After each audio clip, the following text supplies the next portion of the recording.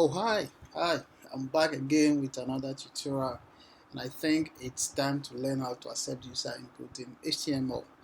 Now, um, thankfully for us, uh, we have an element called form. We will be looking at that shortly. That we can use to create um, form, okay, that can take input or feedback from user, right? So let's say um, you log on to a site and you are asked to fill a form and submit. Okay, we are going to learn how to create those controls. But first, like I normally do, we need to look at the prelims. What I mean is that we need to look at the form elements and then the types of these elements and how we can use them. I went ahead and create this form here. Okay, I group them. We will go through all of them one by one in this session. The next one, we will see ourselves writing code to produce uh, what we are seeing here. Okay, not exactly this. Actually, I use CSS and JavaScript library called Bootstrap just to make it a little bit nice. But for the purposes of this class, we are going to be doing raw HTML for now. Those of you who are interested, maybe when I come back with Beyond WASI, we might get into Bootstrap and then you get to know how to do um, these things. All right, so these are the uh, types of form elements. Okay, we have input. Okay, um, input. So this basically gives us some form of um, text area, not text area per se, like a box that we can type in. Okay, and then we have select or drop down. So if I click on it, you realize that there are some items here that you can select. Okay, then we have text area. Text area is different from input in the sense that um, input is just one line. Okay, if you want to enter one line of text, that is input. So ideally it is not recommended that you take a lot of characters, all right, in an input field. If you want people to be able to type multiple lines of statement or sentences, then use a text area. Okay, and you realize that this is much wider, right, than the input. Okay, there's also the field set. Okay, that is kind of used to group, right, um, form elements. And then there's a legend here. Okay, legend that's more like specify the title of the form. Okay, all right, so these are the form elements. Now the input, for example, has multiple types, and when I scroll down here you are going to look at them. These are the input types. We have text. This takes raw text. Okay, takes raw text, so I can type in something science 2, right? And this particular one takes email address. Okay, it's configured to look for email address. The difference is, you see, it is compulsory to have this at sign, right, in your email. Right, so when you specify an input type as email, it recognizes an email address. If you don't type a correct email, it will give you an error.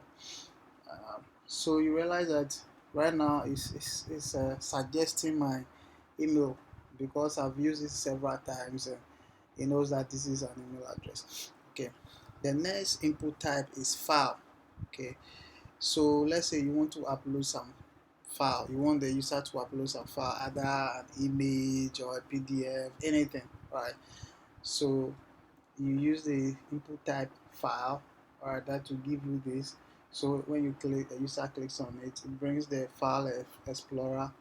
Okay, or finder. In this case, you can select whatever you want. Okay, so maybe um, I want to upload this, so I select it, right, to come here. Okay, then the next one is date. Okay, if you want to collect date, you want users to enter some date, right, you can use the input type date, right. So when you can manually enter the values here, or like me, you just click on the drop down arrow to have the date or the calendar pop up, then you can select your date. Okay, all right. The next one is radio. Okay, input type radio. Now, radio button, it gives you the opportunity to toggle between or alternate between two uh, choices or multiple choices. You can have several radio buttons, but it is only one choice that you can make. You cannot make multiple choices. So here we have male and female radio buttons. Let's I'm male, right?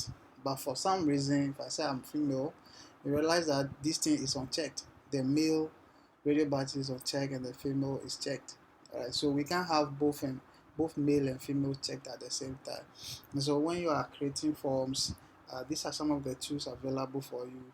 You have to make a decision.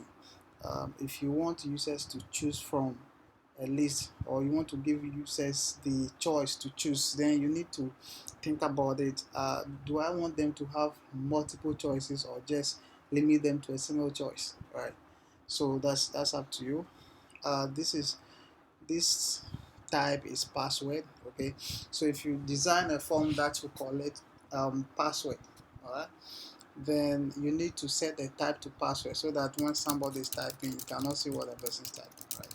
I'm sure most of you have seen this multiple times on several platforms, as most of you are actually um, addicted to Facebook. You know what I'm talking about.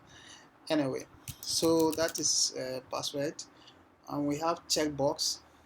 Okay, and this is different from the radio button in the sense that it gives you the opportunity to have multiple choices. Okay, you can choose more than one. So let's say these are some favorite food items. I like beans and I like jollof rice, so I can choose all of them. You can have, more of these checkboxes depending on what you are trying to do. So then also you can uncheck the one that you don't like. And then the last thing we'll be talking about are the input type, submit and reset. Okay, submit is designed to send capture all the information that you have entered on your form and send it to a server. Okay, reset is just supposed to clear things that you have entered, right? So you see, as I click the reset, the date that I've chosen is gone. This thing that I checked, jollof rice, is gone. Female is set back to nothing, right? You can see that the whole form is reset back to uh, default. Okay, submit sends the information to a server, right? And beyond, when we are looking at the beyond WASI section, where perhaps we will be talking about PHP and submitting data to a PHP script on the Apache server, we would actually look at the real functionality of these two buttons. Okay, so that's it. Now we have form element. Okay, um, the form elements are input, select, text area. Okay, we have the field set and legend. Okay, this select here also has two types. We have the single select, which is this one. There is another one called multiple select. Okay, I didn't do it here, but um, no, usually it's not needed. But if you do need it, um, you can Google.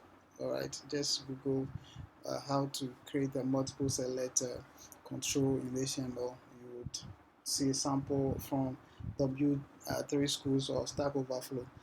Anyway, so that's it for this video. I'll see you in the next one, where we'll start creating our own form. Thank you.